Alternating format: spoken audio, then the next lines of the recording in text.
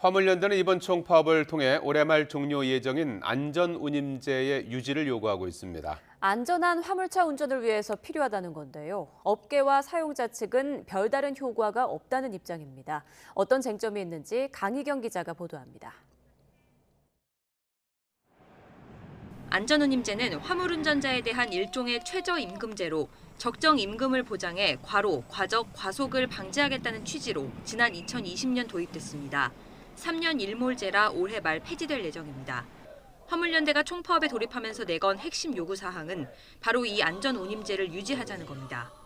42만 화물 노동자가 소외되지 않고 모두가 안전한 운임을 적용받을 수 있도록 끝까지 투쟁할 것입니다. 그러나 정부가 쉽사리 타협점을 찾지 못하는 이유는 재계, 화주단체와 노조 측 입장이 크게 엇갈리고 있기 때문입니다. 먼저 안전운임제가 실제 효과가 있는지가 핵심 쟁점입니다. 화물연대는 기사 400명을 대상으로 설문조사를 한 결과 제도 시행 이후 졸음운전과 과적, 과속 경험이 감소한 것으로 나타났다고 밝혔습니다.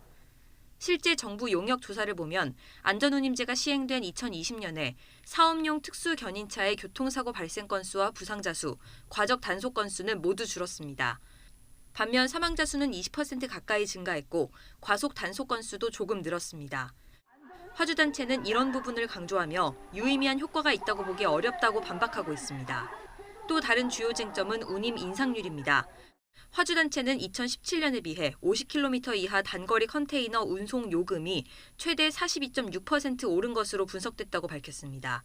반면 화물연대는 전혀 다른 통계를 내세웁니다. 안전운임 자체만 보면 열악한 운임을 현실화하기 위해 첫 해에만 12.5% 올랐을 뿐 지난해와 올해는 1%대 낮은 인상률을 유지하고 있다는 겁니다.